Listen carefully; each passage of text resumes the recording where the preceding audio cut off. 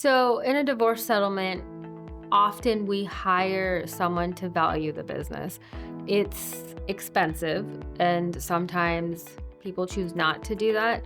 I do find that when they choose not to value the business, it's typically not a good deal for them. Most of the time, you want to know what your business is, how much it's valued, who's going to take the business at the end of the day. And if it's something you're trying to use against other assets, I would recommend valuing the business. Generally, when a business evaluator is valuing a business, what they look at is the assets of the business, the liabilities for the business, the goodwill, how long you've been in business, and they determine how much the business is worth depending on those factors. And then at the end of the day, we get to decide, or a court gets to decide, how that business is going to be split for your divorce. If you're a business owner and you're trying to protect your business during a divorce, I would recommend, number one, getting your business valued so you know how much it's worth.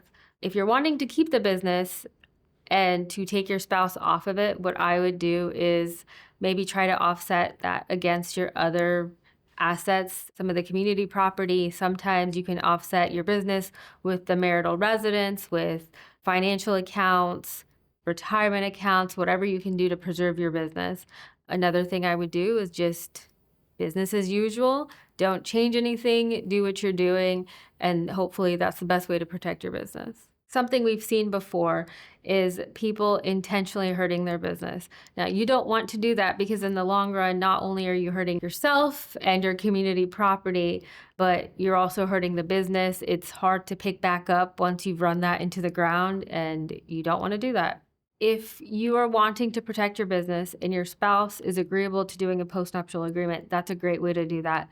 What it does is you can decide what assets you are going to keep if you and your spouse do decide to become divorced. And you can set that all up ahead of time. If you're trying to preserve a business in your name, you can put that in a postnuptial agreement where it says you get to keep your business, you get to keep all the assets and the income from your business, whereas your spouse can also keep what they have and their income, but they're not commingled and you don't have to call them community property. Business debt in a divorce settlement agreement is complicated.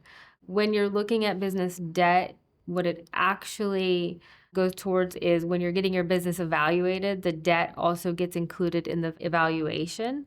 If the business is community property, then that is considered within community property, but it's mainly just going to affect the value of the business. Divorce is complicated enough, and having a business complicates it even more. Here at the Bailey Law Firm, we have experience with business ownership and divorces. Feel free to give us a call at the Bailey Law Firm. We look forward to helping you.